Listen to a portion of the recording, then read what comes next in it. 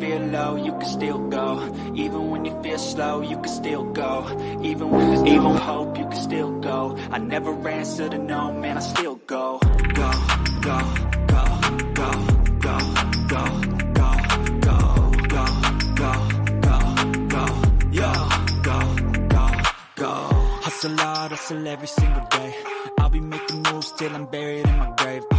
To the system, I don't wanna be a slave. I've been doing shit my way, or the highway. And in the driveway is a nice range. Cause I grind through the climb, I invite pain. You'll never hear me, bitch, nah, I don't complain. Just gotta flip the switch and you can go and obtain anything you want, anything you need. Your mind's got the key ingredient, it's belief.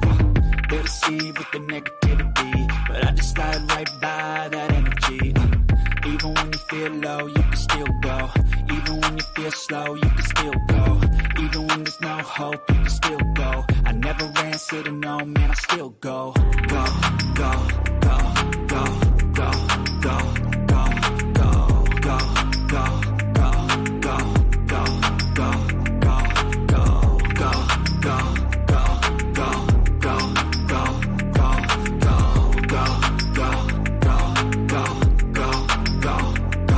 go, You got a mind, but even that could change. You could flip the gray matter like some batter in your brain. That's why I say, fake it till you make it A. And if you play that game, then you just might make a change. Rearrange all the bad to okay. Take the worst thoughts saying, turn them to a game. Take the best thoughts saying, put them on display. On repeat in your brain till you're feeling no more pain. Never slow yourself down, you can do some more. Push past all the pain and you'll find a door. Open it up and finally explore everything that you thought you could never do before. And even when you feel low, you can still go. Even when you feel slow, you can still go. Even when there's no hope, you can still go. I never answer to no, man, I still go. Go, go, go, go, go, go, go, go, go, go, go, go, go, go, go, go, go. Even when you feel low, you can still go. Even when you feel slow, you can still go. Even when there's no hope, you can still go. I never answer to no, man, I still go.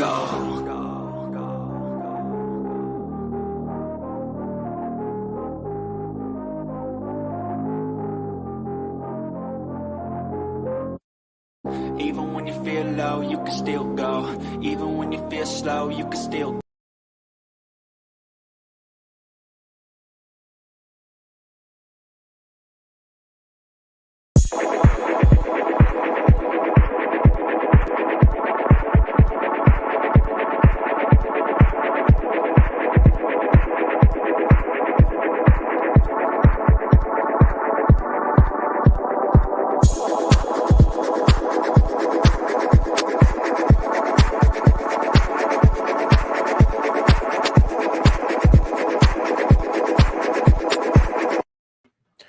Good evening, everybody, and welcome to this week's edition of Sports Report After Dark. I am your host, Seven. With me is my partner in crime, Dan the Dick Werner. And I want to give a special shout out as we get started to those who are going to be listening to the rebroadcast Saturday night at 11 p.m. Eastern. Those of you on westcoastradio.info, thank you for joining us as well. We're happy to have West you guys Coast on Radio board with us. Just as, for those of you that are new to the show and are unaware, Dan and I are very unfiltered. You will hear swearing, you will hear inappropriate jokes. This is one of those shows that you do not listen to with the kids up. Just so that you are aware, you can catch this episode and all past episodes on our website, on our YouTube channel, youtube.com/the Sports Report Podcast. This episode and all episodes are there just in case you get to the point where you have little ears around and can't keep listening. I actually fully advocate children to listen to the show get nuanced with how adults speak. We have enough mental health issues in this country. Let's ease the kids into it, my friend. Just slowly. They don't need to go from 0 to 100. It's okay if your kids are still awake, though. Yes, I don't judge if your kids are still awake. You know, for those of you that are catching us after, we always wear shades, crack open a cold one while we're having these conversations, because this is when we really start to talk about the real issues. especially stuff going off the field and off the field when it comes to athletes and really believing that athletes are people too. As we talk about the issues tonight that we're going to talk about revolving Raiders wide receiver Davante Adams shoving a freelance photographer on Monday Night Football as he exited the game after their unceremonious loss to the Kansas City Chiefs, and also recent comments made by Dan Snyder, owner of the Washington Commanders. We get real and we get inappropriate. So crack open a cold one, put on your shades and let's dive into this evening's content. So where do you want to start, man? I figured I'd serve this up to you and let you decide. You want to start with Davante, or you want to? I think we should. Yeah, I think we should talk about how that fucking photographer should get out of Davante Adams' way. Like, good God, man! If you don't want to get shoved, like, just get up out of that guy's way. He's mad. He just lost the game. Okay. And this is an interesting point to discuss at first, because now, of course, Ando, you're a kid. Might be my kid. I'm going to take a stab and say that that's possible. If you are, yes, I know I failed as a parent. If you're not, talk to your parents about any questions you may have about what we talk about. But what's up, Ando? Good to see you. What's an enema? Dad, what's an enema? Why does every relationship have at some point get a rusty trombone? What's that? What's a rusty trombone? Okay, so let's dive into this whole Davante Adams thing, because we have this very difficult loss against a divisional rival. We can see in the video footage very clearly he's walking off the field. Photographer moves in front of him to get a shot. Davante closes on him, pushes him down, goes into the locker room. Davante Adams did apologize after the game while he was speaking to the press, as well as in a post on Twitter that has been since removed. This is probably due to the fact that the individual in question, the photographer, filed a police report in Kansas City regarding the action, and Davante was charged with misdemeanor assault. He has a November 10th court date in Kansas City. The photographer in question said that they did have to go to a hospital after the incident, getting it checked for injuries, including a possible mild concussion. If it's a money grab kind of thing with this photographer, like where he's like, all right, well, if I file charges, they might settle with me out of court for a bunch of money. Like, I totally get that. And I'm not saying that I would do that, but I probably would. But I get it. Like, I get why he's doing it. But like, if it's an actual thing, like where you're like, that man assaulted me. Like, that man is like, get the fuck out of here, dude. Come on. Like, get the fuck out of here. And I hear you, and let's start, we talk about the human side of sports. So let's start with Davante himself in this situation. Again, we're not condoning any alleged assault type actions, but let's walk through this. So for those of you that didn't watch the end of that game between the Chiefs and the Raiders on Monday night, the game ended on a 4th-and-1 pass where Derek Carr threw it up and Hunter Renfrow and Davante Adams collided, and the ball was overthrown. It looks like I believe it was Davante had got tripped up on the release, and so that's why the timing was off, and he and Renfrow collided, if I remember correctly, because I saw a breakdown on it, and I think that's what they said. One of the two of them had a stumbling issue, and that's why they collided, because the timing was off. So these two guys, the white guy probably tripped. I mean, it was Renfrow. Probably. They accounted for normal wide receiver speed, and it wasn't because it was the white guy. Go ahead, sorry. Yeah. You're such an asshole. But so they run into each other, game's over. This guy has just played his ass off in a game against a divisional rival.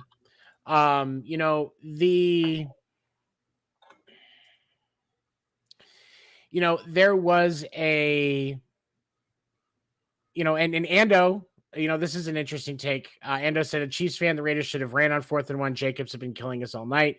It's an interesting take. I don't know what time would have been with that, but you're not wrong. Kansas City has not done the best. As a Chiefs fan, I'm saying this. Kansas City has not done the best on the run. And so 100%. That's not a bad play. But we were doing Sports Report when that wrapped up. So I did not see the end of that game. So I don't know for sure, but you could very well be right. But Davante loses a very hard fought match. Kansas City had a strong lead, or Vegas had a strong lead in that game. They were up at 1 point, 17-3. And then Kansas City came roaring back and had the lead, scored 20 unanswered. And then it went back and forth until the end of the game. Kansas City missed a 2-point conversion. And then the reason why the Raiders lost the game, the Raiders missed a 2-point conversion. They couldn't get back down the field. It's after, go ahead.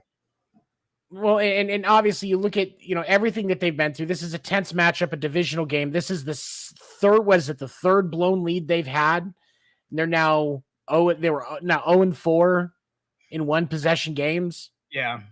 The Raiders are going through a hard time right now. And they went through a lot last year. And you look at Davante Adams, he walked away from Aaron Rodgers situation to, what was supposed to be, his college best friend and college quarterback, Derek Carr, hopefully a better situation.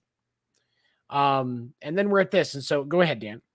No, yeah. It's, I was just going to say, like, because of the one score issue, like if they would have, if Kansas City wouldn't blown him out and he has the whole like second half, he's hardly playing. He's out there. It's a little time for it to sink in. Like, yeah, we got our asses kicked. Like it's added anger at the end of that because they obviously just gave up 20 unanswered, and like how they lost the game on top of the fact that, like you said, like that they're 0-4 in one score games. Like that stuff's just like why are you getting in front of any of those guys when they're walking off the field? Like just take your picture from the side. You know what I'm saying? Like just like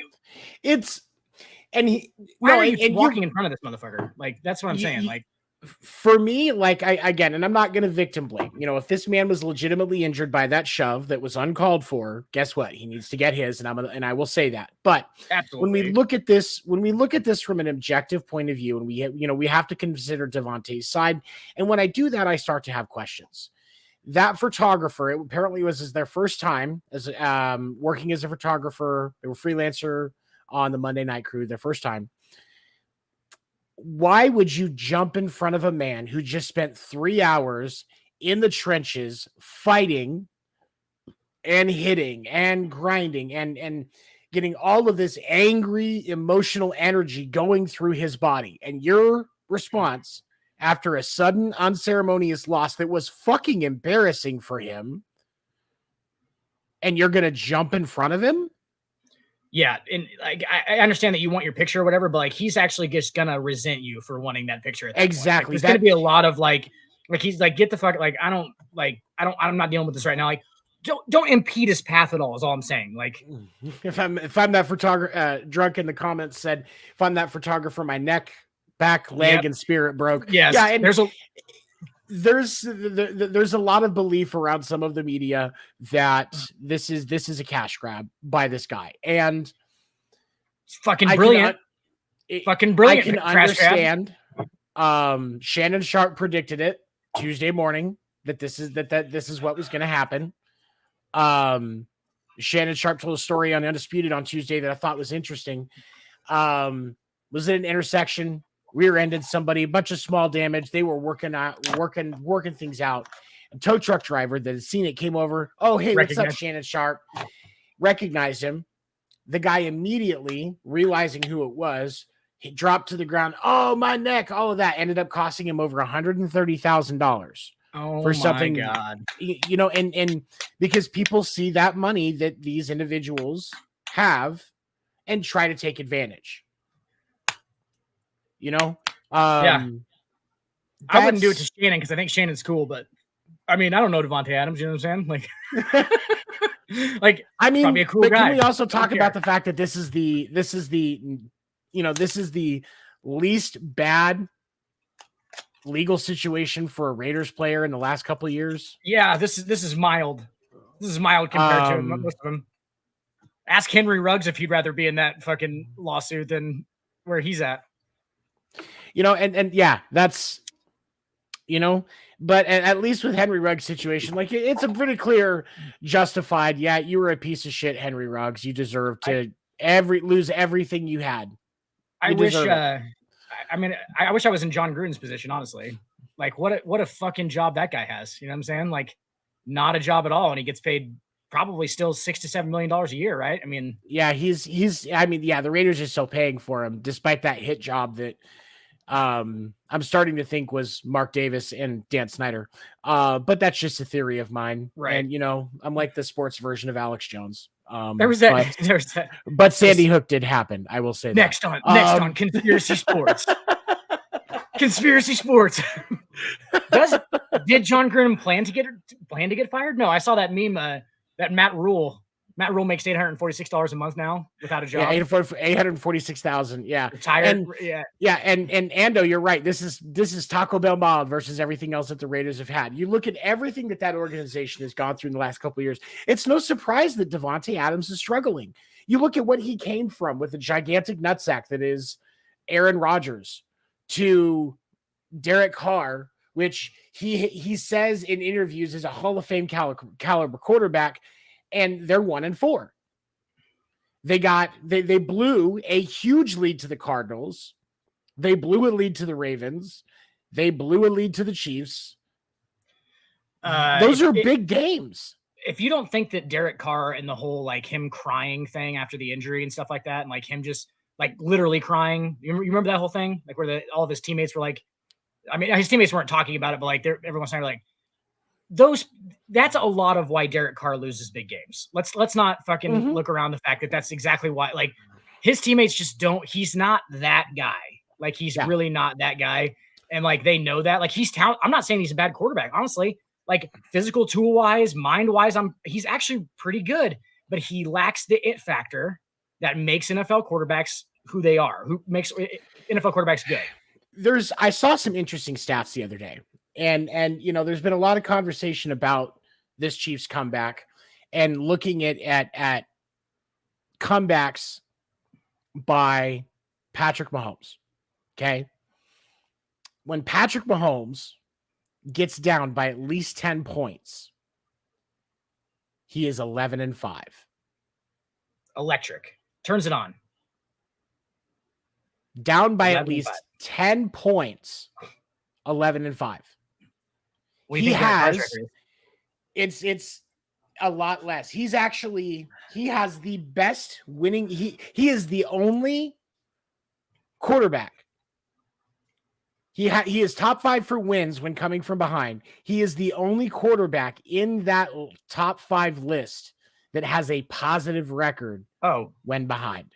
Yeah, I bet the other ones have at least 10 games under 500. I mean, you get down 10 in an NFL game, that's you're looking at what, 85% probability you're going to lose at that point? Probably something like that, 85, 90. Troy Aikman is on the list, and his record was absolutely abysmal. Like 11-40 something probably. Aaron Rodgers was the next closest one, I think. Josh Allen was on that list. Like but he was the only one that actually has a positive record when down by in come from behind games. When you get down. That's just how fucking good Patrick Mahomes is. Like that's just the plain and simple of it. That's how confident Patrick Mahomes is that he is good. And the truth of it is, just like you said, Derek Carr, unfortunately, is not the guy. He's a likable guy. He's got a decent personality. He does kind of look like Sid from Toy Story when he's sitting on the sidelines, but nectar of the gods right there, PBR. But got a fresh 12 he does kind of look like a grown-up version of that kid from Toy Story, but at the same time, it's like, who does? Derek Carr. Derek Carr looks like Andy? No, Sid. The evil kid from Toy Story. Yeah, Sid, gotcha. Because he was.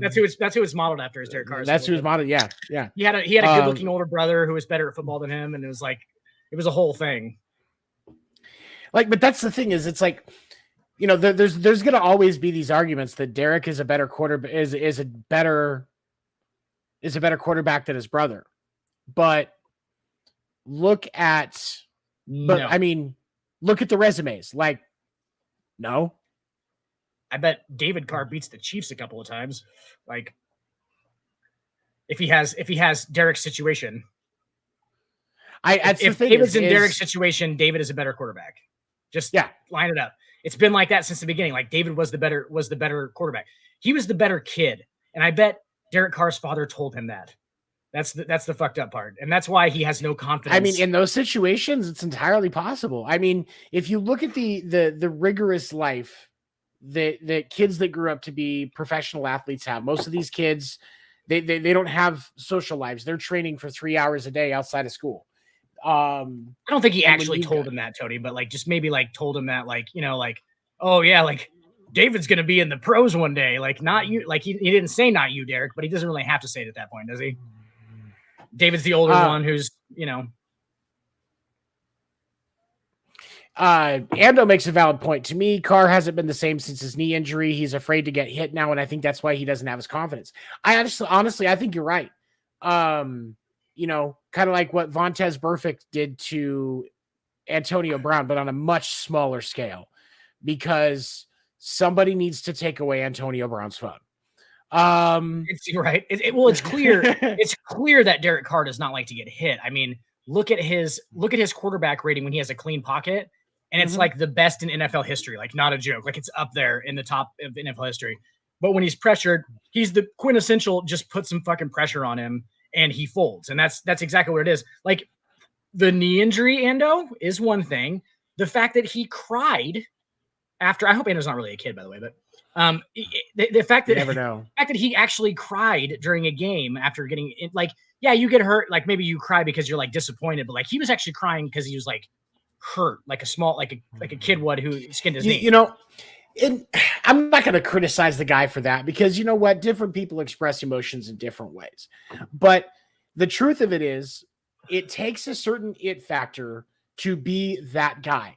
And the other thing that we all have to remember is guys like Patrick Mahomes, Josh Allen, those are generational talents.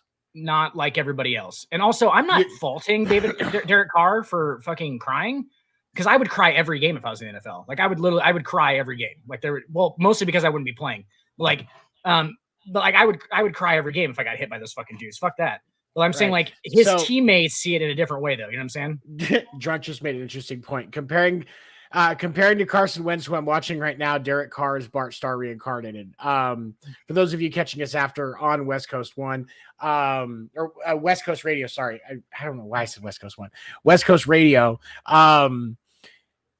Thursday Night Football is going on right now, and it is not going well.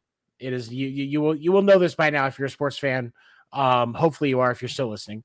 But it is not going well. But there are a lot of abilities that Derek Carr has, but and not everybody is going to be Patrick Mahomes or Josh Allen. In fact, it is unrealistic to expect every quarterback in the NFL to be Patrick Mahomes or Josh Allen or even Lamar Jackson. I mean, another generational talent because of the way that he plays the game. So we have to be realistic in that first. And the second thing is, and I feel like this is important, you know, people are going to be angry sometimes. And when these guys, this is their life. This is their career. Davante Adams left Green Bay to bet on himself with his best friend. And he is not happy with the results so far. The Raiders track right now is not great. And he's probably seeing that, and it's shaking his confidence a little bit because he is not happy at the fact that they are 1-4, and the AFC West is supposed to be the toughest division in football. Yeah, and it's turned out to be pretty disappointing as far as being the best. Kansas City's going to run away with that division, obviously. The Raiders and the Chargers were more commonly picked to win the AFC West than the Chiefs were. And even the Broncos. Like, actually, it was more common to see one of the other three teams in the AFC West atop somebody's bracket than it was to see the Chiefs, which you got to realize it's Patrick fucking Mahomes. You got to stop betting against him. He is the new, he is this era of the game. He is this era of the game's Brady. He will do things that Brady didn't do. He may not last as long. I don't think he'll win seven Super Bowls, but that's just like you said, that's longevity thing. he may not win 7 Super Bowls, but Patrick Mahomes will do things that nobody else has ever done in football. He will take things that much farther. You're not going to ever see a record-breaking performance, a career record-breaking stat out of Derek Carr. No, you're not going to see. Well, on that line, I don't think you'll ever see one out of Patrick Mahomes. I don't think that he'll be like the all-time leader in passing touchdowns just because of longevity. I don't think that's probably something that you should bet on. He'll be up there. He'll be up there in the he'll throw over 500 touchdowns probably.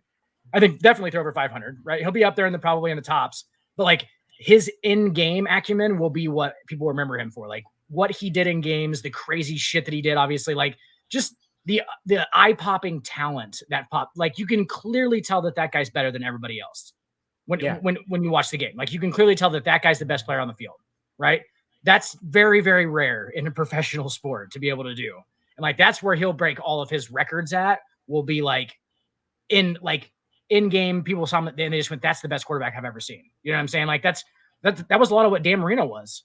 Like Marino, when he threw the ball early, they were like, holy shit, that guy's got the best arm we've ever seen. You know what I'm saying? Like he just up and down the field. And you look at how I mean, Dan Marino is a great example because Dan Marino was a legendary talent. Like if you go back and you actually watch footage of Dan Marino throwing the ball, it is unfucking real. But how many Super Bowls does Dan Marino have? 0. How many NFC championships does Dan Marino have? I don't think any. 1? None. He never played in a Super Bowl. Barry Bonds, greatest left-handed batter of all time, in my opinion, has how many World Series? 0. Never won one. It's and that's the thing. So to see what Patrick Mahomes has already achieved in his career and the things that we've already seen, it's just mind-blowing. And so we have to realistically stop holding everybody else to that standard because it's just like when you look at Shohei Ohtani in Major League Baseball, we look at everything he does. He doesn't just pitch, he hits. He doesn't just pitch and hit. He plays the field. He is the truth when it comes to two-way player. And we haven't seen this in a century. He's great at all of them. Yeah. But so you can't come, yes, when you look at stats side by side, Aaron Judge was better at the plate than Shohei Ohtani. But you can't compare Shohei and Aaron Judge as players because that's not just apples and oranges. That's apples and something that's not even food. That's not even food. There's so much contrast between those two. And so we have to take that step back and say, okay, so we've got Patrick Mahomes, Josh Allen, Lamar Jackson, everybody else. And Lamar Jackson is still kind of flirting with that everybody else. I would even say that I'd say that Derek Carr is probably in there with that. It's definitely Patrick Mahomes, Josh Allen, everybody else at this point. Absolutely.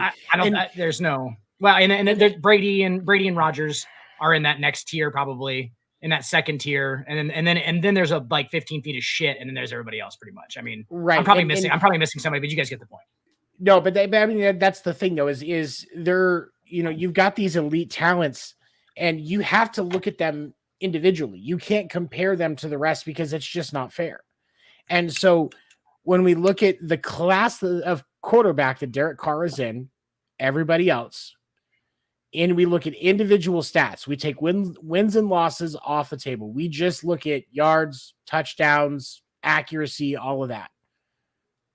Derek Carr's a pretty good quarterback. It's very good. He's in the top 10 of the NFL statistically. Yeah, I don't think he's a top 10. He's a top 10 quarterback. I mean, we rated him above Lamar Jackson. We have him above Lamar Jackson. So I honestly, on paper, I would take him over Lamar Jackson. I think so too. Yeah, but like if you're like, okay, you actually have to run the franchise, like it actually has to operate like day to day, and everything outside of the game, everything outside of the game has to operate. Yeah, I'm definitely going to go with Lamar Jackson too. And isn't that weird? Like that tells you how much like the mental side of it really does matter, because like look at Brady, who if Brady doesn't have Brady's mindset, he's Mike Glennon. Like, you know what I'm saying? Like, if Brady doesn't have Brady's mindset, he truly is a system quarterback. He's Chad Henne. Yeah, he's just like he's like so he never has had the strongest arm, never had the most accurate arm, never been the most mobile, obviously. You know, and he's still considered the GOAT. That's how much that mindset matters. And Derek Carr just doesn't seem to have that mindset. He seems to have that like not rich kid, but like it's almost like a my brother was good and now I'm good and everybody's good at everything. We never get beat, right? I like the way that Colin Cowherd puts it. The Hall of Very Good. Yeah. Because that's the thing. If I'm on the Hall of Fame voting committee and Derek Carr's name is on my ballot, no, I can't. Absolutely not. Not even close at this point. He would have to do a lot. He would have to do a lot. I mean, and the truth of the matter is for him, he has to have at least a Super Bowl win before he even thinks about getting in at some point. Bro, he has to have like a Kurt Warner back nine, like a Kurt Warner type back nine. That's exactly the thing. And in that back nine is what got Kurt Warner the Hall of Fame, because the only thing that got Kurt, that's his whole career. You look at the front part of Kurt Warner. If you haven't seen that movie that was made about his life, or, you know, and his experience of football, one of the things it mentions is he was playing arena football for the Iowa Barnstormers and lost in the Arena Football Championship in August of 1998. I was there. That was the first time I saw Kurt Warner live. I had season tickets to the Arizona Rattlers at the time, and that was not a Hall of Fame player. No, famous for sacking groceries for the for a hinky dinky up there. Yeah, and I mean, and yeah, that's when you're playing arena football. Chances are you have a second job. Good for him. But it was the score of the game was 55-33. But and arena football is a high scoring game. It's one of the smartest bets you can take in any arena football game is the over. But that wouldn't happen to be because of the running motion, would it? Where you get to be on full speed when you're in motion. That'd be fucking awesome. The running motion. Now it has changed. Last I knew, it had changed from what it was when I was a kid. So when I was a kid, the uprights in arena football, they were smaller than the NFL. Yeah. I think they were like 9 feet. And then either side of the upright, they had these tight nets. And it didn't matter if it was a kickoff, a punt, a pass. If that ball hit that net, it's a live ball. You can play off of it, yeah. You would play. And so you would see teams that would actually strategically put it up off of the net so that so that their guy went up to get it, because the other guys were going to try and jump the first time, not realizing that it was intentionally planned to go off the net. I'll put that on the list of changes that should be made to the NFL. Check. Got it. Net. You would see some interesting shit. And I remember I was probably 11 years old and we were watching the Rattlers play. And one of my favorite players at the time, he was a linebacker. His name was Tony Henderson. And I liked him because his name was Tony. Right. Big black guy. He was just big ass black guy. One of the nicest guys in the world, though, because like they would do stuff with the fans. Like we'd go have dinner with him after the game, sign autographs, hang out. The adults got to drink with him, stuff like that. But he got hit so hard, and like those walls are padded, but he got hit so hard he ended up in the stands, and they had to take him out on a stretcher. He had a moderate concussion. Well, the fucking stands are right over the. It's like a WWE match. Yeah, we're talking. The padding in the wall for the stand, but before it's the stands is, I mean, not even a foot. It's not even a foot. Right there. And so, I remember they would do an announcement at the beginning of every game in arena football. If a ball goes into the stands, you can keep it, but if a player comes into the stands, you have to give it back.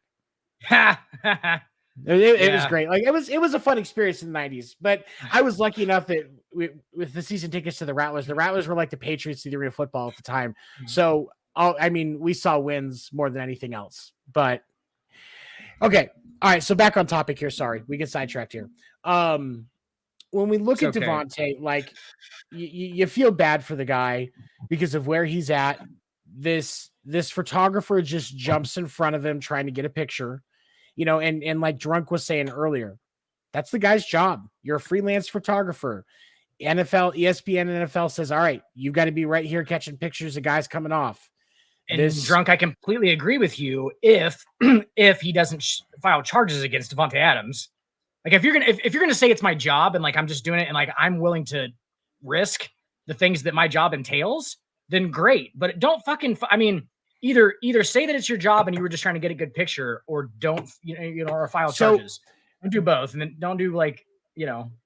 Well, but on the counter to that, I mean, this guy thinks he's just taking pictures, and if he gets comes into contact with a player, it's because of a play. Not everybody's just leaving and some guy just walks up and shoves him. It's not, a player running into the end zone and can't control themselves. You know what I mean?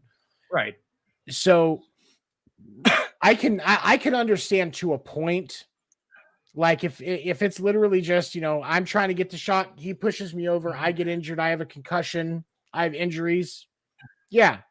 Tony, I'm not buying the whole, like, if you get pushed in off, if you get like just, if there's somebody's trying to catch a ball and you get fucking hit, that's clearly a part of the job, right? But I'm talking about like you got to accept all the parts of the job. If you're gonna go in front of him to get a picture, like I'm not saying that we're clearly not saying Davante Adams should have pushed the guy.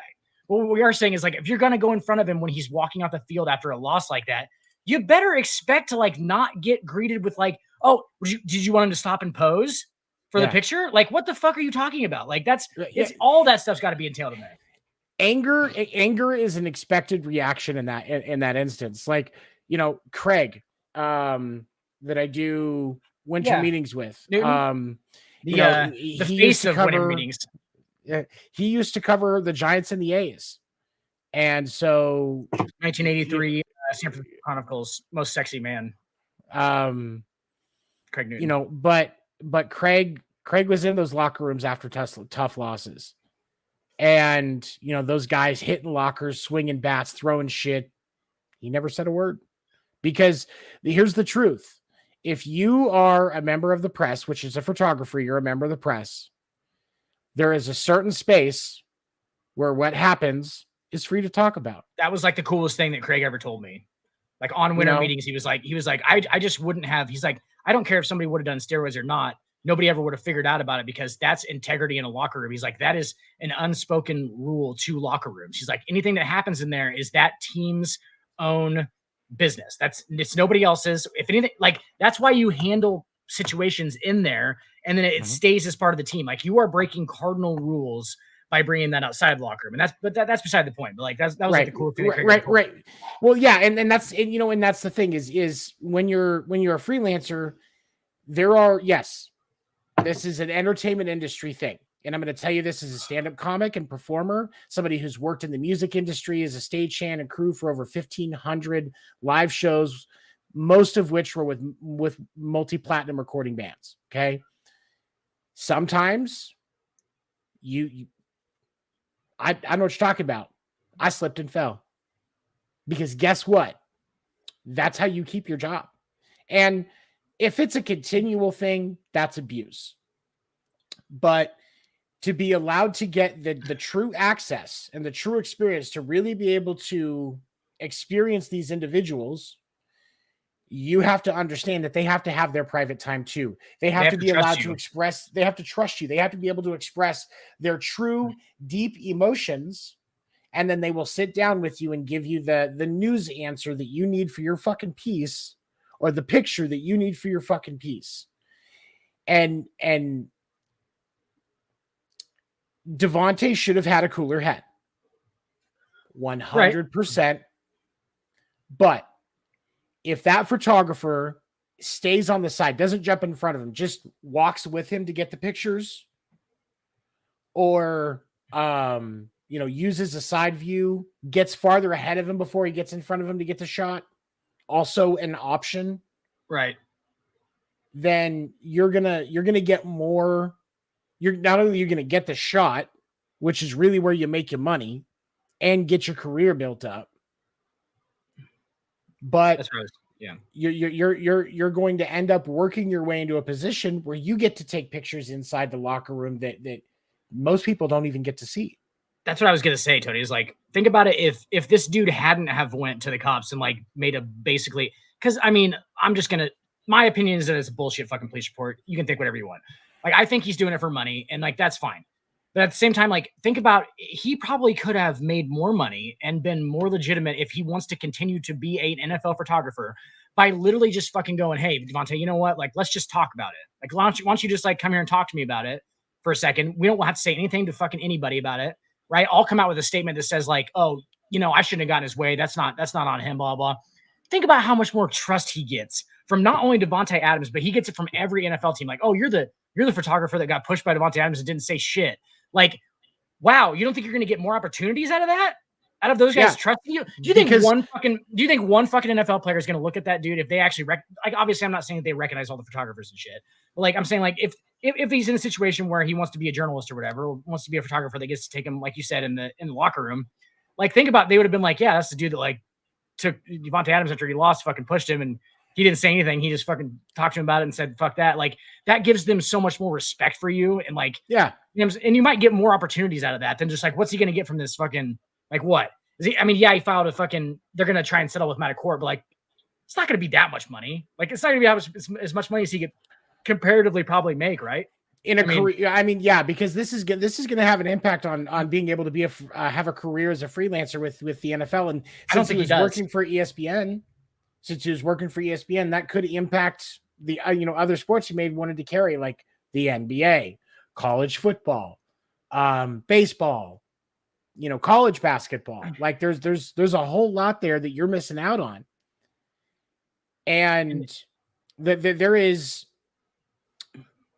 Repetitive abuse is never okay. But the truth of the matter is, the code of silence around entertainers of any kind, whether it's athletes or performers of any other kind, whether it's comics, musicians, whatever, that cone of silence is crucial to the success of those individuals within it, because you have to feel safe.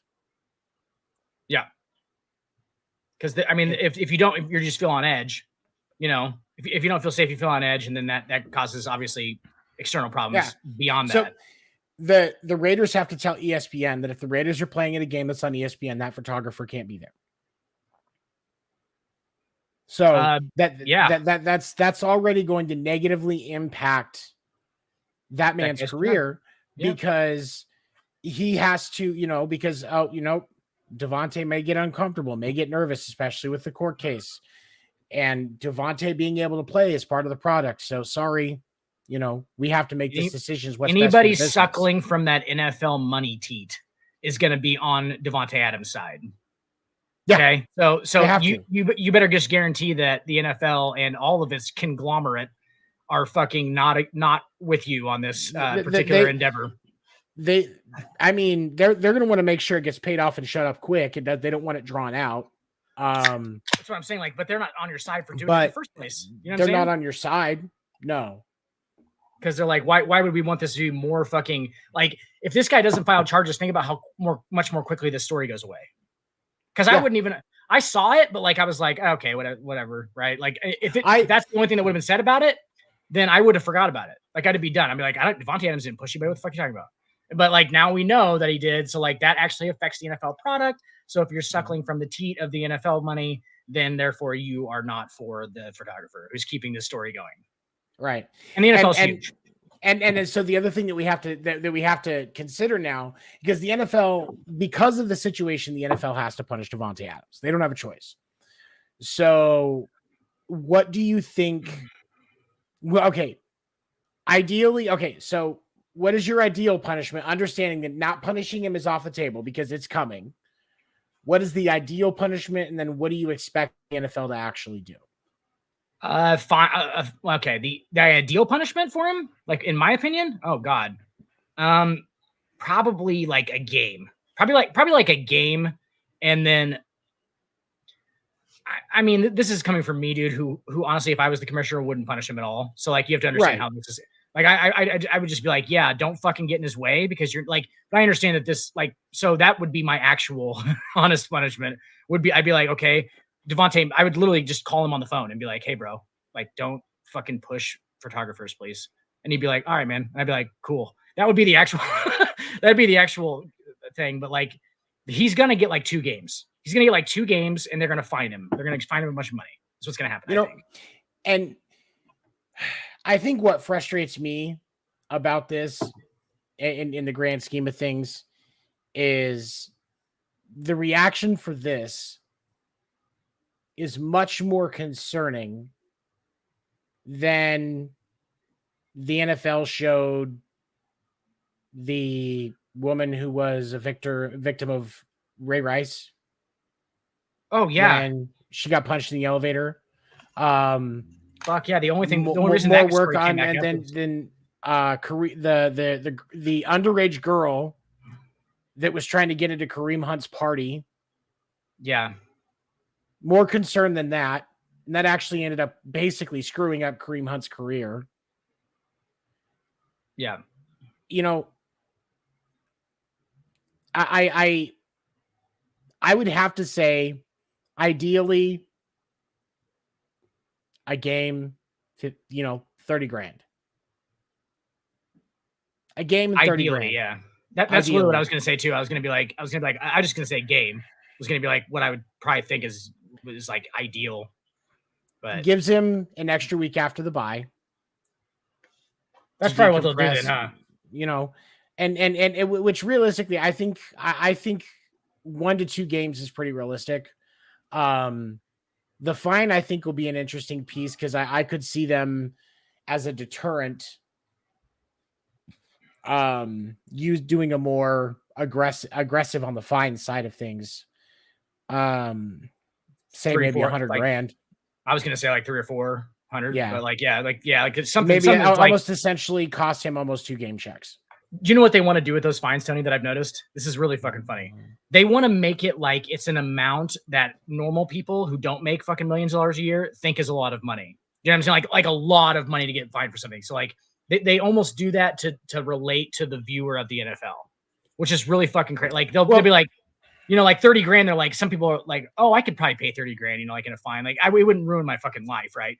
And then when they get like $200 or $300 fine, they're like, there's no way I could ever pay that amount of money. Like that's a lot. So like, I feel like it's a lot about how the consumer of the NFL reacts to the fines than it is actually, because those players don't give a fuck, dude. Like Randy Moss, like, yeah, straight cash, homie.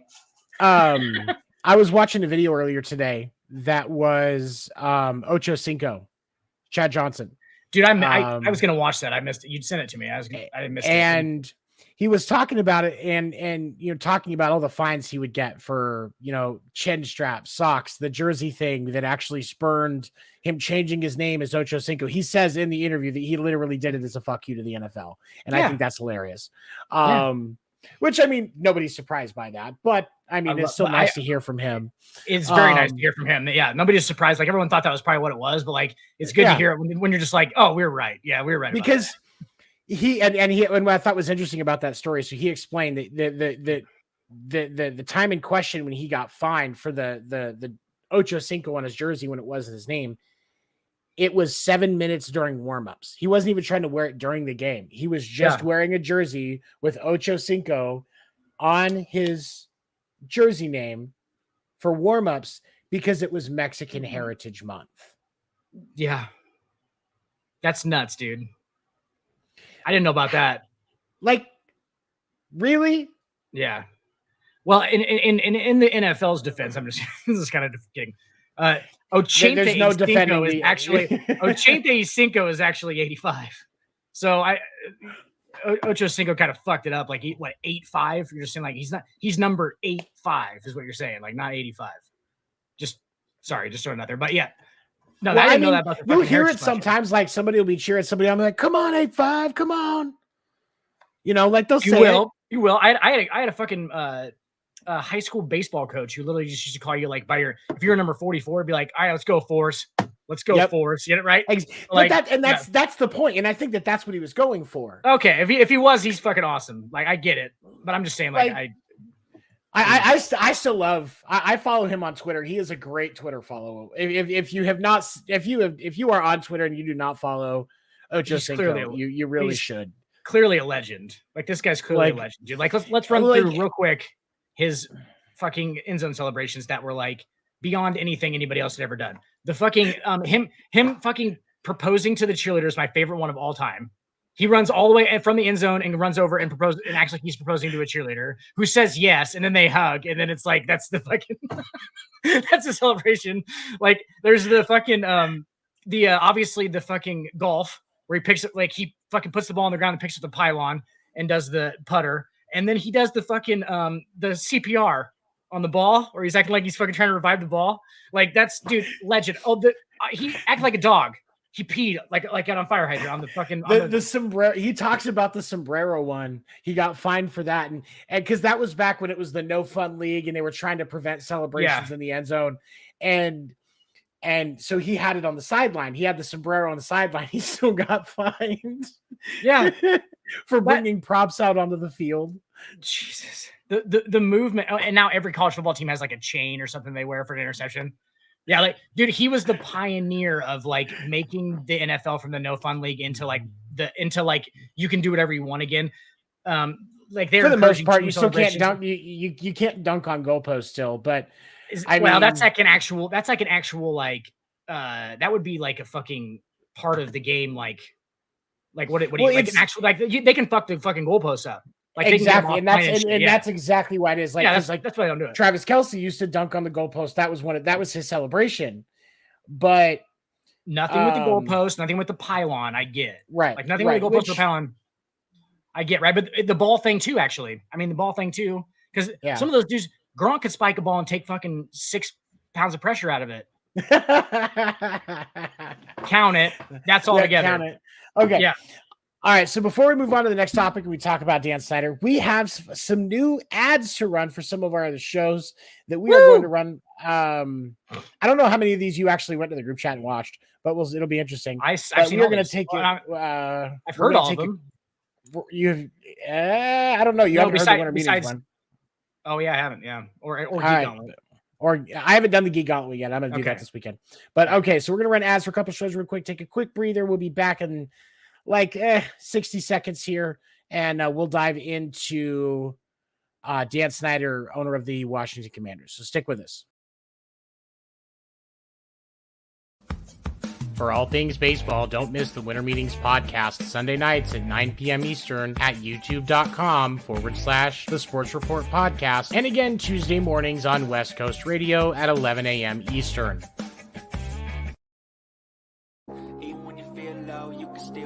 Wrap up your Monday with some laughs. Make sure to join Will, Seven, Dan the Dick Warner, and Josie as they dive into the hottest topics of the week across sports, including baseball, basketball, and the NFL. You can catch the episode live Monday nights at 10 p.m. Eastern on youtube.com/The Sports Report Podcast, or Wednesdays at 11 a.m. Eastern on West Coast Radio. Don't miss the Sports Report Podcast.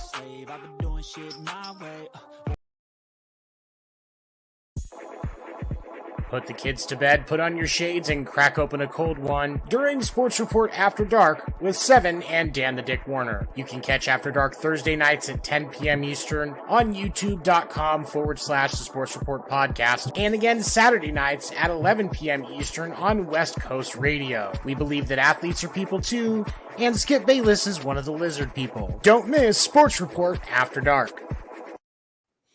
You know, I think one of these days I'm actually going to have to talk about my theory about Skip Bayless being one of the lizard people. Somebody's going to make me talk about it at some point. Yeah, it's going to have to be explained. But and that'll be hilarious to watch. But, oh God, yeah. Yes, that's what I was working on today. They were great, very professional, sir. Thank you. I like it. I like put myself in a situation like where I was listening in a car in California, and I was like, oh my God, it's so much better here. And then then I heard those and I was like, oh shit, someone in California is better. And then I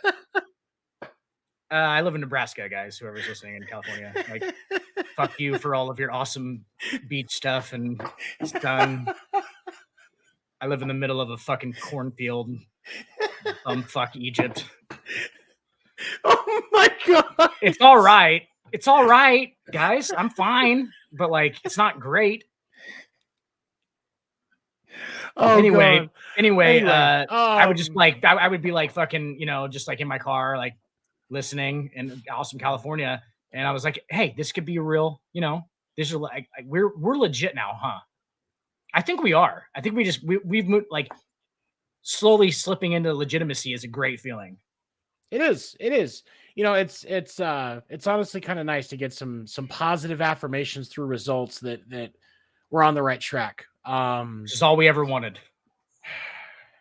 And I think that's why I think that's why I'm eventually going to have to go over my theory on how Skip Bayless is one of the lizard people. But I think what it's going to take is we're going to have to get Skip Bayless to bring me onto Undisputed. And so I can talk to him about it in person, and you can watch how he loses his mind and bursts into being a lizard. And runs off. Yes, and then he does. He like splits out like it like splits out, or his face opens up like in Men in Black, where the little guys in the fucking like running the guy's body. That's what it splits up. It's just one of the lizard people inside there. He's smaller lizard guy. But by the way, if you ever want to see one of it has quietly become one of my favorite music videos. The music video for Foil by Weird Al, his parody to Royal, by Lord. Foil. Yeah, I get it. The music video has Patton Oswalt in it and is absolutely hilarious. Wow. It is. It's pretty amazing. I'm not going to check it out. Did you see where Weird Al went? And he was actually Rivers Cuomo from Weezer in Africa. They did the Africa cover from Toto. Yeah, that video is fantastic. That video, because he comes out like that, and I was just like, damn. So, millennials can't fix the healthcare system, but we can get Weird Al and Weezer on the same stage, bully an animation studio into fixing Sonic. And as soon as we get enough time to sit down and talk about this Super Mario movie that's coming out, we're going to fix that shit too. Absolutely. We got adult happy meals at McDonald's. And we got adult happy. Yeah. We did? I'm just kidding. They had. I thought that was so weird, but the memes around that have been great. Just a lot of sex toys and cheeseburgers, but I mean, hey, it's still fun. Absolutely. I think that's going to be the title of my memoir: Sex Toys and Cheeseburgers. I think that's a pretty rock and roll title. What do you think? Sex toys and bacon cheeseburgers is sex toys and bacon cheeseburgers. Gives it that extra little, just that little bit. That's all you needed on it. That's all you needed on that title, really. I mean, because sex toys and cheeseburgers. Wow, How can you beat that? And then you just add the bacon to it, everything. It's just living proof that bacon makes everything better. Everything better, including titles. Everything better. It's just in there. It's transcended past being a food now. It's now a food. It's food adjective. So before we move on, we have a couple of traditions that I want to hit correctly so that we don't miss an episode. One of which is the fact that we are required to mention that Ben Roethlisberger is a rapist. He rapes people. You guys didn't know that? Ben Roethlisberger is a rapist. And it is also important to mention that LeBron James plays basketball for the Los Angeles Lakers, because we have to mention LeBron at least. I believe that I have to say LeBron. Dan. Oh, okay. Which I just did. You just I just did. Yeah, I mean, I just did. It's good. Like, we're the episodes off now. Like, I have like a fucking something stupid, like 94 consecutive episodes, which, like, from my first one I ever came on, I have said the word LeBron. That's an actual thing. And we didn't learn about it until like 58 episodes in, and we're like, oh, he's got a streak going. No. The truth of the matter is, the rest of us knew. It was Dan that had to learn through statistics, because he's like me and ADHD and had to see the numbers to realize that the rest of us knew. The rest of us already knew. Which made me think, like, how many other issues of my life could I fix by just like, like looking at the numbers on it, right? Like, how many beers did you drink Monday, Dan? You drank 8 beers Monday, okay? So then there's 9 Tuesday. If only we all had analytic stats in our life like NFL teams get when making decisions. Right. Oh man, the analytics say we shouldn't go for it here. All right, honey, sorry, I guess I won't go to the bar tonight. Let's stay home and watch a movie. One of mine would be CAF. It'd be cigarettes after meal. Like, how many cigarettes after meals did you have this week? I'm like, oh, my CAF. My CAF's at 5.8. It's down. Smoking's bad for you kids, by the way. Oh, it's so fucking good though. Like, right after a meal or right after sex, forget about it. Forget about it. Tony knows what I'm talking about. Wasn't that one of the meal thing? Yeah. Wasn't one of the purposes of cigarettes when they were originally created supposed to be about like for processing food? And after that, I remember hearing that somewhere. I mean, nicotine is a natural, it relaxes your muscles so that like or nicotine and tobacco kind of in general, I think. They loosen your muscles up. So like basically it just makes you be able to shit. Basically, is what it is. Like, okay, I see what you're saying. Yeah. You ever put a dip in your mouth? Like, you ever put a huge dip in your mouth? Not since I was a teenager, but yeah. I was gonna say, like, I was like probably like 19 last time I put a big old dip of chaw in. I think I try to go back to it like periodically for like a week, and I'm like, this is gross. Like, I don't just smoke cigarettes. True story. Okay, so there's a country concert every April down here in Arizona. It's called Country Thunder. Okay, it's a big potato farm outside of out by the Supermax prison in Florence, Arizona. And they set up a big ass stage. It's 4 days of country concerts. Okay. And like this is 4 days of a bunch of people drunk walking around a potato field. That's literally what it is. I think I've seen that because I was in that prison. but there's live music in the background. I went one year. I was 19 because it was right after I had moved back to Arizona after I lived in Missouri for high school and going to Mo West, and walk up to this. And during the day, some of the artists that were, the lesser known artists would let people come up in the VIP area for the show because there was practically nobody in there, and they had clearance from the festival. They could call us up if they were cool with it. So that they had people close to the stage.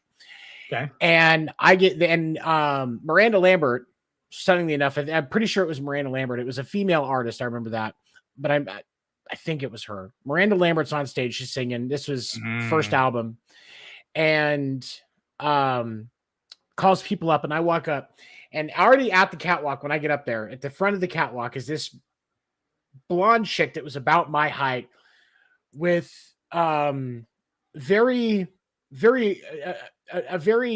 noticeable upper body, if you will. Yes. And she turns around because she hears people coming. She was literally just standing there by herself. She turns around, and I can see her lip jutting out with chaw. She had a dip in, and she was holding a cigar that was bigger than any cigar I had ever smoked. Shorty fatback. And she was my age. She was 19 at that time as well. And that was the first time I learned what love was. Smoke show. Rocket. Literally. Absolute rocket. And smoke show. Newer music. We hung out for part of the day before she went back to her boyfriend. But genuinely cool person. Yeah. 90% of my life up until I met my wife. Most of his high school. All of high school, let's be honest. Yeah. But very well, just not something you see very often. A chick with a cigar and a dip. Like not something you see very often. Cigars. Not something you see very often generally. Okay. Not many people are like just chawing and doing the cigar thing. Mm-hmm. That is a very serious addiction to nicotine, kids. And also, just weird, just straight weird, especially for a 19-year-old woman to be doing. Yeah, and it reveals how low my standards were at that point. And then she went back to her boyfriend. Yeah, and then she went back to her boyfriend. And then her husband. Dan Snyder. There were some reports that started circulating this morning across sports media outlets that Dan Snyder has made comments to close associates that he paid private investigators to get dirt on multiple owners in the NFL. Yes. And Roger Goodell. And that if they tried to force him to sell the team, he would, unleash the hounds, if you will, and in his alleged terms, blow up several NFL franchises and the league office. Bring the fucking house down with the information, not in a real sense, just in metaphorical, rocking everybody's world type of scenario. Yeah.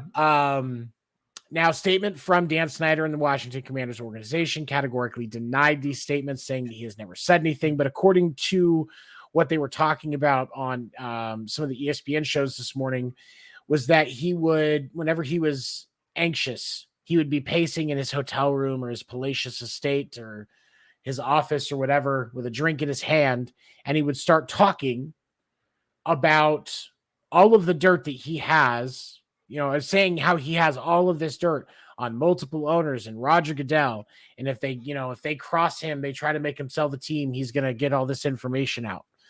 But he never actually says what the dirt is. Can I just say?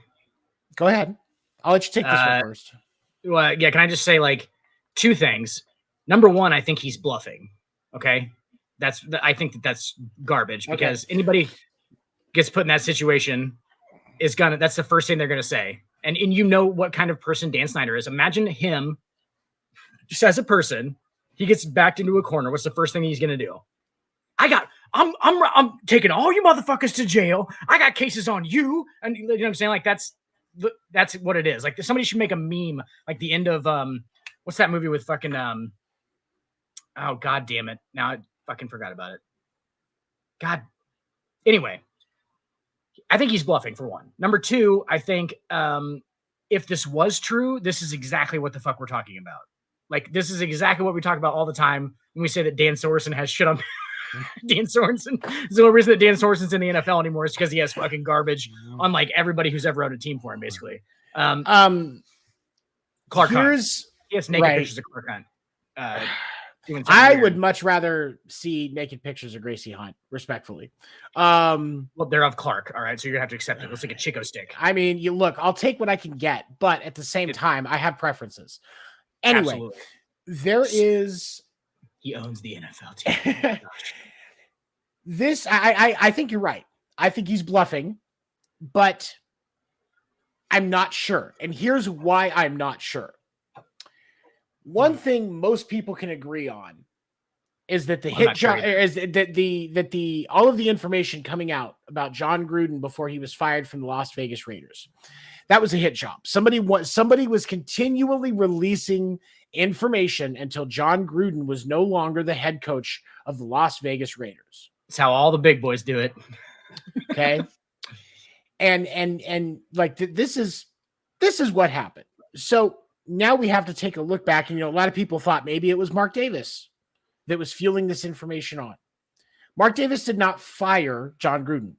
John Gruden resigned. No. Mark Davis told John Gruden that they could stick it out. John Gruden knew that what was going to happen was more emails were going to come, so he stepped aside so as not to further distract the team. And we're not saying that Mark Davis couldn't have been responsible for said emails. We're just saying what Mark Davis told John Gruden. Like, hey, we can keep going, buddy. But if we do, we're not saying that Mark Davis didn't have something to do with it. It doesn't make a whole lot of sense for Mark Davis to have something to do with that, though.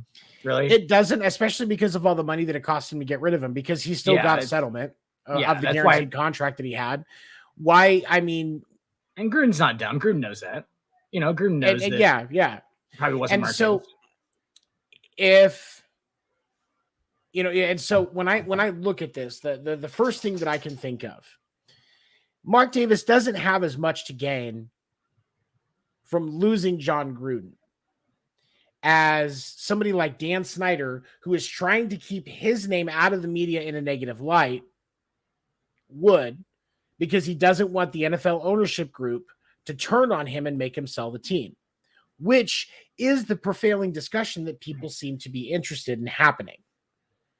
And, especially when you look at all the investigations he's been under, the independent one that was ordered by the NFL, Congress is looking into problems with the Commanders organization, formerly Washington football team, formerly Washington Redskins, whatever. So he's under a lot of pressure, and it is a pretty good chance that somebody has him by the balls. And I think it's the NFL. Yeah. And it's like, they wouldn't move on this if they didn't have everything that they needed. They're like the FBI. They ain't getting somebody unless they have conviction. Right. Well, and I understand that, but here's my question to Dan Snyder.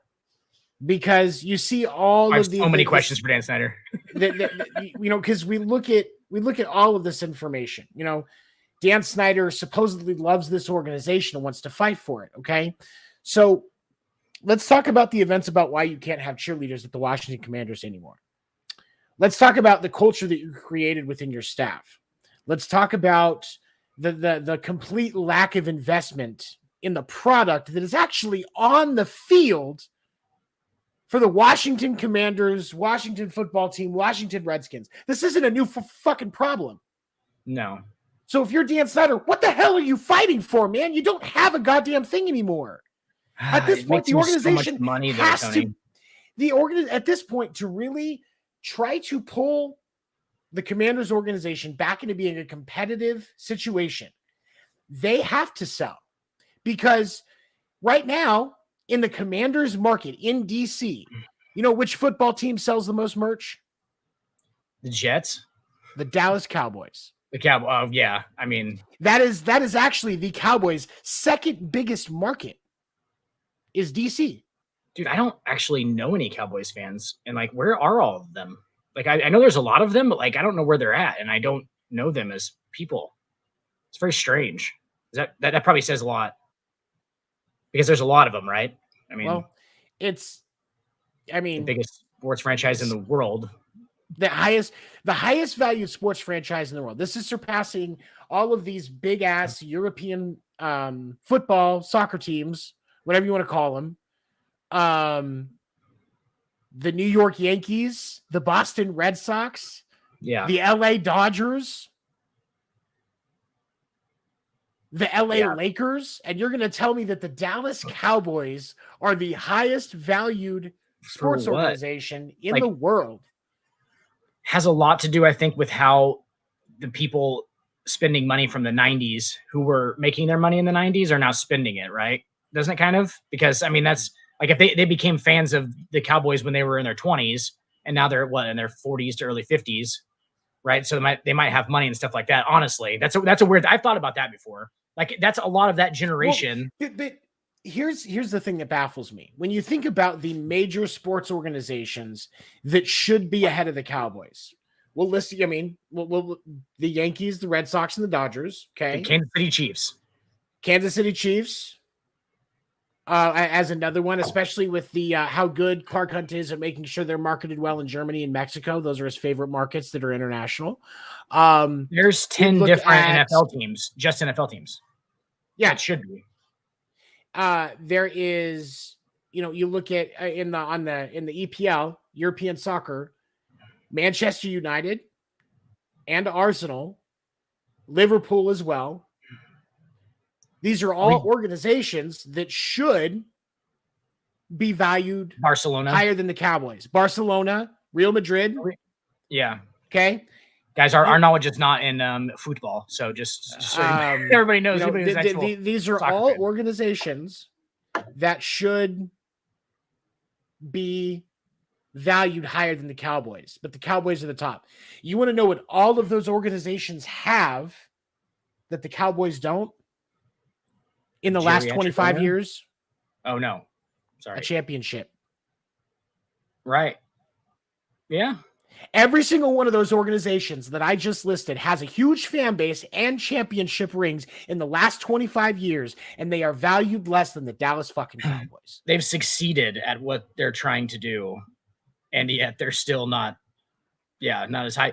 Yeah, it baffles me. But at the same time, credit to Jerry Jones. I mean, he wakes up for an hour a day to run the Cowboys into the ground, but market the fuck out of them. So good for him. He has Dallas for one also. Okay, so he has Dallas, which is freaking huge. Like Dallas, but Dallas isn't even fourth or Dallas fifth. Isn't 10th. Popular. It's not in the top 5. I would say it's between 5 and 10, like 7 or 8. But yeah, it's not. It's not the biggest market. No, it's not New York. Boston, LA, and New York, with obviously New York being the biggest. Those are your 3 biggest sports markets in the country. Right. The only ones that those all 3 have successful franchises. New York has 2 baseball teams. The ones that they have 2 football teams too, but the one who would have I mean, that would obviously, if New York would have bigger markets if they were to combine their teams together. I think probably like one of those teams would, but like the Yankees Mets combination would be like the highest grossing, probably, right? I mean, you have to think that would.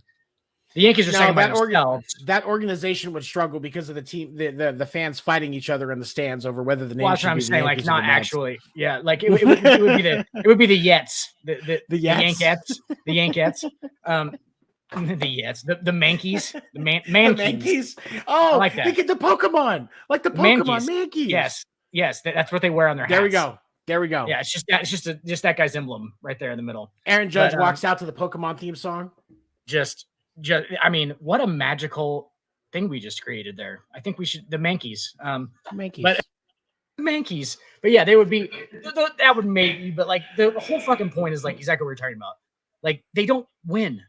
They just don't fucking win. And like, they're the Nebraska of the NFL, dude. The 90s was fucking, the 90s, like, they have this reputation because it's just far enough that we didn't forget about it. Right. So it's almost like the storied franchise. Like that's what the storied franchise. And it's like, if there's no more stories being written, your fucking story is over. Your story is over. You had that story and you can tell that story, but you're not a storied franchise anymore. You're really not. I mean, that's an era that you cannot no longer claim. Right. You can't just still got some players from 94. Like, no, you don't. Michael Irvin ain't walking through that motherfucking door. I'll tell you who's not. Troy Aikman ain't walking through that fucking door.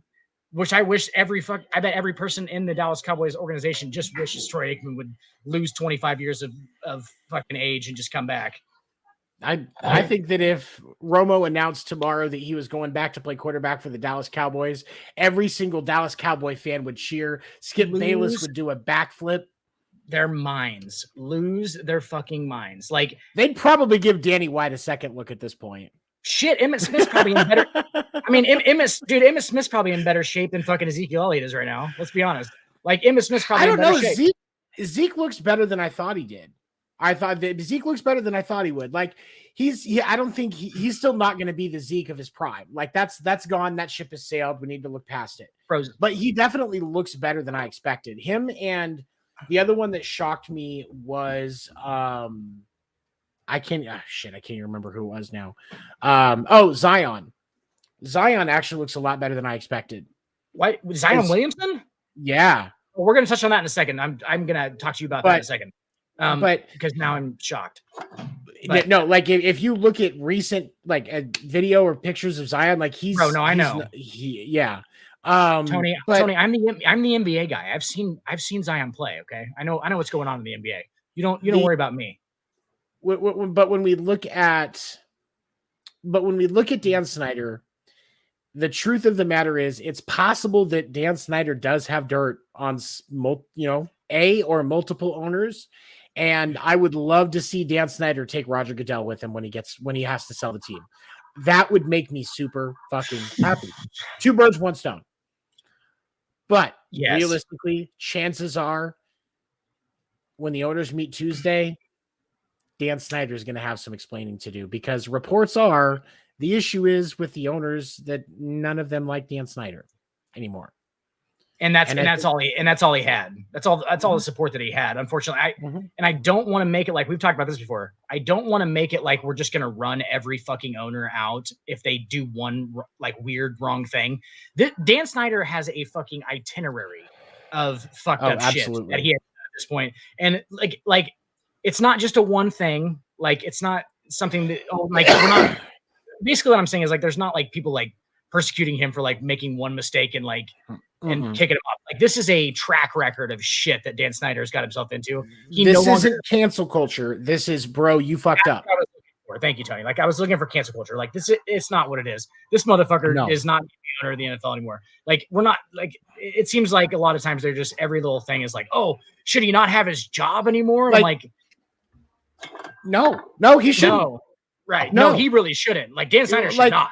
Here's the thing. I'll put this into perspective for we're going to be transitioning and talking a little bit about the NBA before we wrap up today. The Donald Sterling case was a very interesting thing. I remember that very vividly. We have Donald Sterling get recorded in one recording by a girlfriend making some very inappropriate comments, and they were inappropriate comments about her hanging out with black individuals. Former Los Angeles Clippers owner. You know, and because of one recording, Donald Sterling has to sell the team. Something that he owns. Something that he owns. For one recording where he said he didn't think it looked good when people saw her hanging out with former athletes that are black. But go down to your local sub shop and hear somebody who owns the sub say, or like the sub shop say that, and they're not having to sell their fucking sub shop. Right. You know what I'm saying? And don't get me wrong, there's probably multiple instances. I'm not saying that Donald Sterling was a exemplary human being. Chances are, you know, when you're somebody that says stuff like that, chances are there's a pattern of behavior where you're a piece of shit. But it's clearly doesn't make him not be able to own a team. He has to sell his $1 billion franchise over one recording. And that this is also not long after Adam Silver takes over as commissioner of the NBA. One of his, I think it was his first big thing was Donald Sterling getting ousted as owner, if I remember correctly.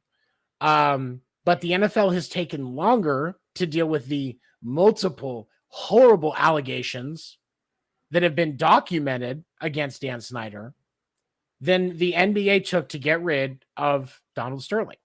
The Dan Snyder stuff too is just like real greaseball shit, like stuff that you can clearly know, like that even like somebody who just walked into the situation, like a new, like under, you know, like say one of the new coaches or something for the Redskins, like went on that trip where he was, like where he's basically whoring out the cheerleaders. At some point, you know, a lot of those guys, exactly, like a lot of them. I'm saying like who just like went on some random one and like, you know, a lot of those guys were like, this is fucked up. They thought it like in the moment, like that is a lot of Dan Snyder shit.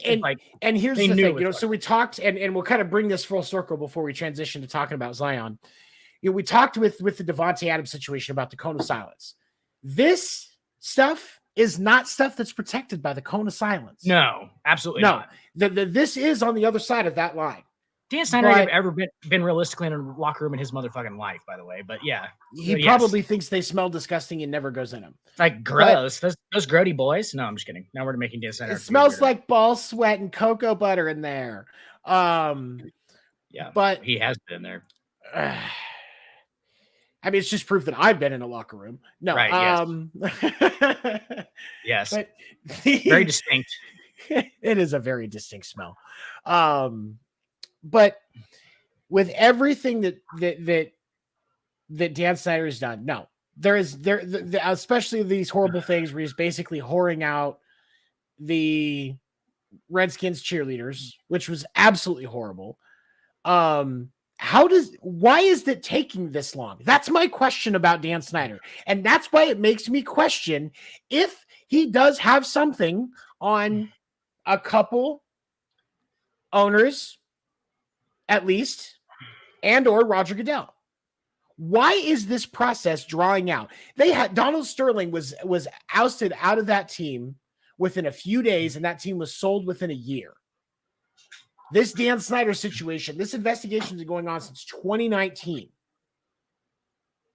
Because he might have some shit on the NFL. That's the only that's why I have to ask the question. Serious enough shit. That's the weird part. It's like you get shit on the fucking NFL, right? But it has to be like bombshell. Like when it comes out, people are gonna be like, "Holy shit, that guy was fucked up," right? Like exactly. So, like a lot of it's probably just like usually it's probably just like stuff that they do that isn't condemnable by death, basically. And then, but he must actually have some shit. Like he must have some. This isn't Robert Kraft getting a hand job at an Asian massage parlor in Florida, which people were like, "Yeah," you know what I'm saying? Like, yeah. It's not like Robert Kraft murdered 6 people. Like we'd be like, okay. I thought it was really funny. Like after that video came out, the video got leaked. Everybody was like, "Oh, this is really just a pathetic old man," and nobody cared.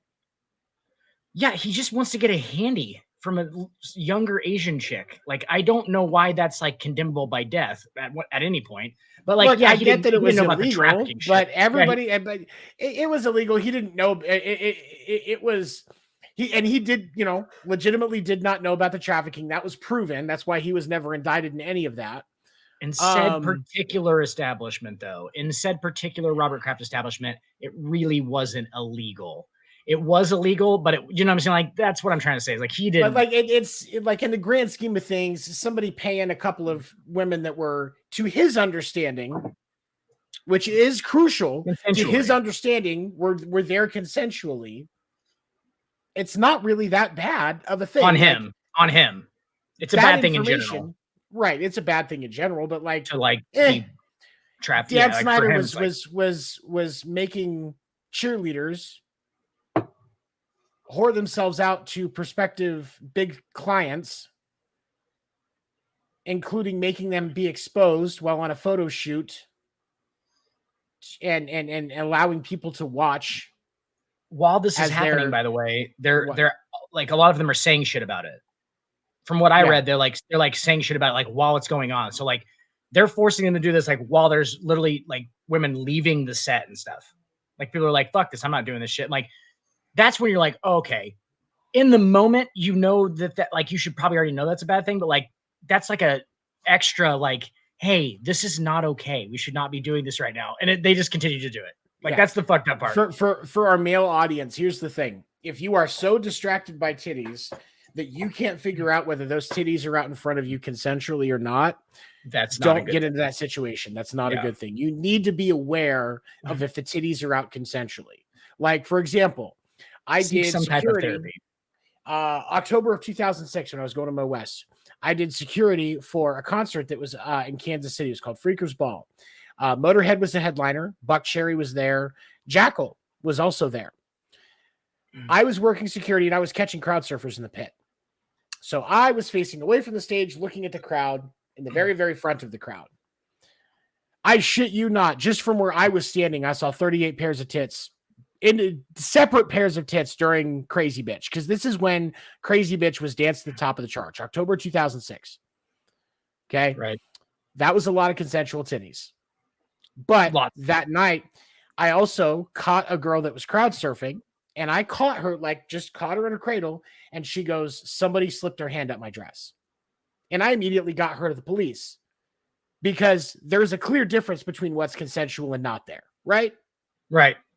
We should all be paying enough fucking attention to understand the levels, you know, where the consent line is in any situation. I understand what you're saying, Tony, but also the concert reference, probably not the best, because that at that point you're crowd surfing, so literally people have to hold you up with their hands. I understand what she was saying, but like, that's not a great example, because of like, they're holding you up with their hands. Like, yes, dudes are obviously fucking doing that shit. If a girl is crowd surfing, but that's the thing, is it shouldn't happen. A girl shouldn't happen. If a girl wants to crowd surf and everybody's on board, why should she have to get fingered in the process?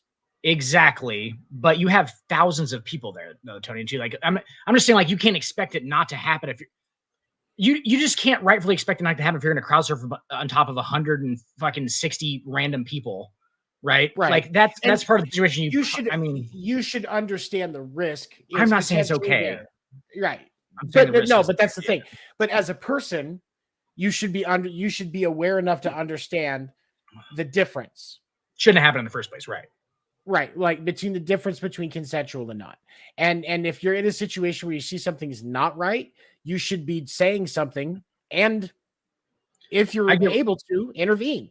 I get what you're saying. Like, from like you just caught her and immediately was like, hey, somebody did this. That's obviously she felt like that was I get what you're saying. Like, just how, and being able to tell, obviously. Yeah. I got you. You know, but before we wrap up, Zion Williamson. So, this is what I was going to say to you. Like, have you not watched Zion Williamson yet? No, have you not seen this freak? But what I'm also saying is those pictures that were, you know, especially tail end of last season, when Zion Williamson looked like he was trying to get up to Shaq's weight. Bro, yeah, he's good now. Like, he's a young kid, dude. Zion's going to struggle when he turns about 27, 28, and some of that fucking New Orleans gumbo starts to stick, is what's going to be the issue. Like, because right now that motherfucker can dude, he's such a freak, bro. He can get back in shape in like 2 weeks, completely back in NBA shape in 2 weeks, and he's good. So he's in NBA shape right now, and like when he is, he's fucking unstoppable. Like, it's literally just like once he learns a little bit of like, that's why when he's 27, 28, it's so important for him to stay in shape, is because like right now he can just get back in shape whenever he wants to, and he knows that. But like when he's good and he starts to learn like how to shoot shots, how to jump stop before a guy and not go up with your left hand and just try and cram it in like you've done in fucking every level you've ever been at, but jump stop and, you know, get that guy in the air or come into him with like fend him off with your left and come with your right hand. He's going to have to learn that stuff. And when he does, he's going to be fucking unstoppable, like literally unstoppable. Here's one of the things that I wonder, and I'll be interested in your take on this. So, you know, we're starting to see some things with the NBA season come to fruition. We're looking at the Pels actually having a working Zion. They do. They're the best. Ben Simmons, KD, and Kyrie up in Brooklyn. LeBron, you got that fucking Pat shit. Bev. They look pretty. I mean, they're honestly AD and Russ down on the Lake Show. Like there's some interesting things that are coming to play. There's going to be some good storylines for the NBA this year. So we'll start with this. With the Pels, obviously Zion's health being a factor. How far does this roster that they have take them this season? That's such a fucking difficult but good question. If it's just on paper, they're in the Western Conference Finals. Like they're that good. Like they have the talent to be that. Like, dude, Brandon Ingram, dog. Zion Williamson, dog. That whole roster is fucking loaded. Their starting five's ridiculous. But and if Zion's right, dude, he's top 5 in the NBA. And it's the weirdest thing ever because he's like Anton Jameson on steroids. Do you remember Anton Jameson? Yeah. Okay, so Anton Jameson, he's like freak version Anton Jameson. Like he's like Anton Jameson with like LeBron's fucking athleticism plus about fucking 30 pounds. That's basically what it is. It's like Karl Malone. I can see that. Like a Karl Malone kind of vibe I get out of Zion Williamson, but like can shoot the ball a little bit, but that's not what he needs to do because when you're what is he 6'8", 300? I think he's listed at like 6'8", 290 pounds or something like that. Okay, so this guy's the size of a power forward, but he can handle it. He's the small forward basically in its epitome. What he fucking that 1 year he was healthy, or it was like 25 games or something at the end of the year. He averaged like fucking like 26, 10, and 7 or something like that. Like he gets like 10 it was stupid numbers. Yeah, he gets and it's the weirdest thing because he has no like real like you can't just go to one Zion Williamson thing and go that's what he does the best because there's everything. Like he's just out there playing defense. He's out there getting rebounds. Like he's 6'8". Like he can kind of do it everywhere. You know, he goes for it, man. He's like the epitome of the new NBA big man. Yeah, with like the running and like the shoot, like because I mean, you know, and he's great to watch when he's going. Like that energy that he has on the court it's fun to watch. He's one of those guys that's fun to watch when he's going. He's bouncy. Okay, so he's very bouncy. And then for being 300 pounds. We look at the Lakers. You saw him pick up Pat Bev. AD looks to be back and healthy. How far does the Lake Show go this year? That's the biggest thing. I mean, just AD and that health is what's he going to do? Is he going to step on somebody's foot?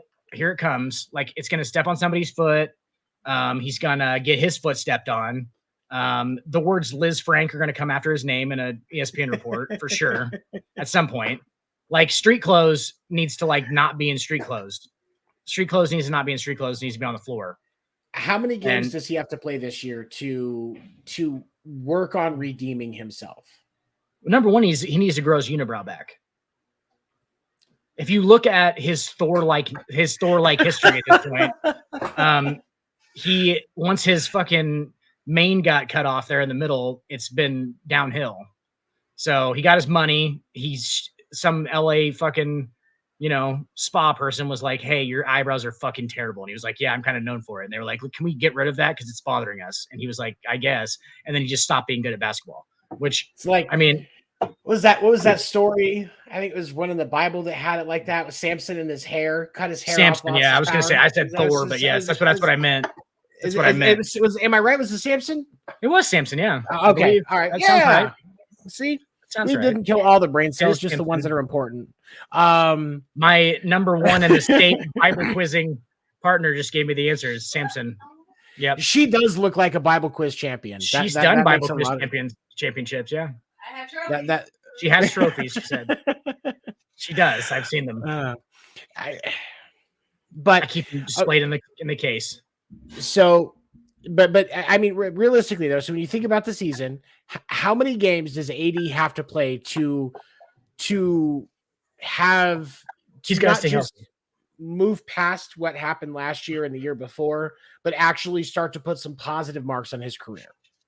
Can we just start with the fact that it's unbelievable that you have to ask me like how many games during a season does fucking AD have to play? Fucking play all of them. AD, Jesus Christ. Like fucking Cal Ripken did it for like fucking 21 straight seasons. I understand it's not the same sport, but like fuck, dude, it's not that much worse. Like, just play a goddamn season, like in its full fucking totality. It's funny how you got all your fucking money, and now you want to play, or you don't want to play. You played until you got a bunch of money, and now you don't want to play. Which there's a similarity there, and I see what's going on, AD. But fucking just play a whole season. He needs to play a whole season. He needs to play. Yeah. No, I think you're right. I think you're right. I think he needs to play a whole season. Rest a couple of games, sure. Play 75 out of the 82, and I'll be like 82. So anything north of 70 is a success, really. AD, you're 30. You're fucking 30. I mean, there's nothing wrong with you. Realistically, he should be playing 82 plus every postseason game. He's not even 30, dude. He's like 27. 30 is ridiculous. He's 26, I think. Let's say he's young. I don't think he's 30 yet. He's young. Realistically, he can still have a prime if he actually just gets going. I'm looking up his age right now. Hang on. These sunglasses did you notice the sunglasses don't make it any easier to look at?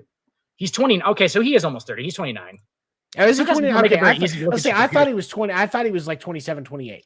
But he's not. Okay, so he's all right. So maybe the statement about he can still have an actual prime is not as correct as I thought it was.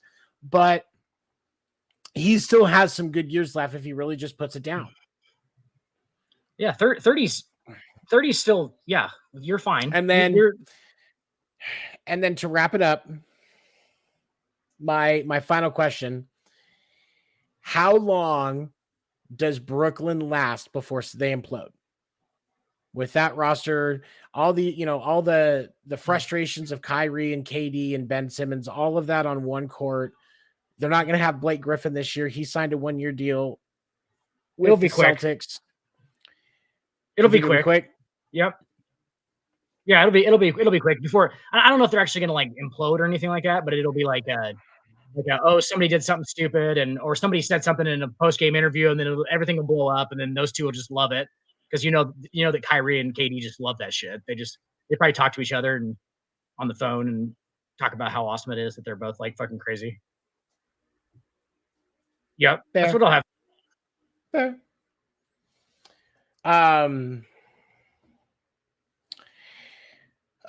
No, and I think Dan's right. It seems like he has dropped off and having some technical issues, but we were going to wrap up anyway, so that's okay.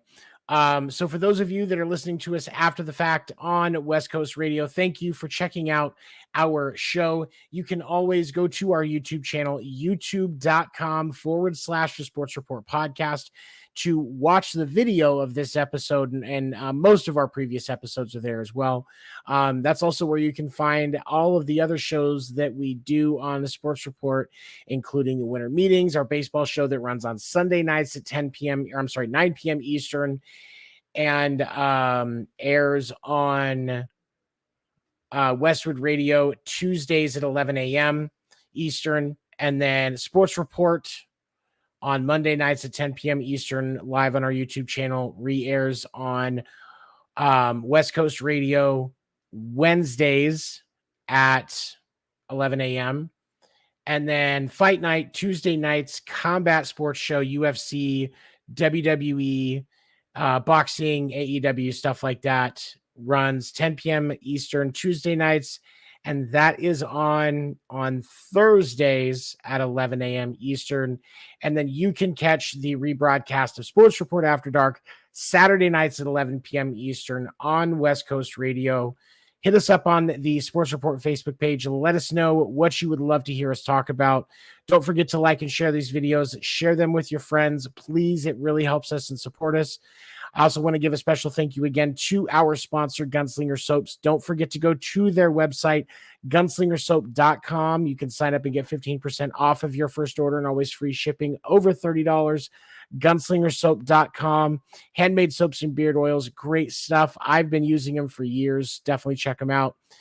For my compadre, Dan, who seems to have had to dip out, I am Seven. Thank you for checking out Sports Report After Dark. Have a great night.